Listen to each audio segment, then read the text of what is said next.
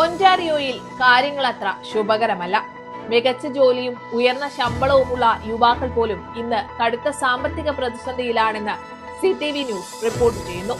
$90,000 വാർഷിക വരുമാനമുള്ളവർ പോലും ജീവിത ചെലവ് താങ്ങാനാവാത്ത അവസ്ഥയിലാണ്. കഴിഞ്ഞ ജനുവരിയിൽ മാത്രം ഒന്റാരിയോയിൽ 67,000 തൊഴിലവസരങ്ങളാണ് ഇല്ലാതായത്. 15 മുതൽ 24 വയസ്സ് വരെയുള്ള യുവാക്കൾക്കിടയിൽ തൊഴിൽ പങ്കാളിത്തം വൻതോതിൽ കുറഞ്ഞു.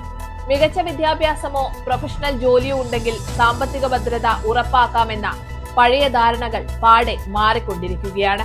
വരുമാനത്തിന്റെ ഭൂരിഭാഗവും നികുതിയും വാടകയ്ക്കും വേണ്ടി ചെലവാക്കുന്നു. ടൊറന്റോയിൽ ഒരു ശരാശരി വീടിന്റെ വില ഏകദേശം $9.7 ലക്ഷം ആണ്. ഇത് സാധാരണക്കാരായ യുവാക്കൾക്ക് സ്വപ്നം പോലും കാണാൻ കഴിയാത്ത തുകയാണ്. ഇതിനിടെ സോഷ്യൽ മീഡിയയിലെ ലക്ഷറി ലൈഫ് പ്രദർശനങ്ങൾ യുവാക്കളിൽ വലിയ മാനസിക സമ്മർദ്ദവും അപകർഷതാബോധവും ഉണ്ടാക്കുന്നുവെന്നും റിപ്പോർട്ടുണ്ട്. കടുത്ത മത്സരത്തിന് പുറകെ AI-യുടെ കടന്നുവരവും തൊഴിൽ വിപണിയെ ബാധിച്ചു തുടങ്ങിയിരിക്കുന്നു. കൺസൾട്ടിംഗ് ഉൾപ്പെടെയുള്ള മേഖലയിൽ ഇത് തൊഴിൽ നഷ്ടത്തിന് കാരണമാകുന്നുവെന്നാണ് ഉദ്യോഗാർത്ഥികളുടെ പരാതി.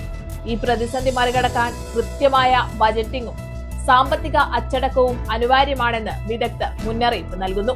20കളിൽ തന്നെ സാമ്പത്തിക ആസൂത്രണം ഗൗരവമായി കണ്ടില്ലെങ്കിൽ മുന്നോട്ടുള്ള യാത്ര കടുപ്പമേറിയതാകും എന്നാണ് വിദഗ്ധ അഭിപ്രായം. ഇതുപോലുള്ള കൂടുതൽ വീഡിയോകൾക്കായി പേജ് ഫോളോ ചെയ്യാൻ മറക്കണ്ട.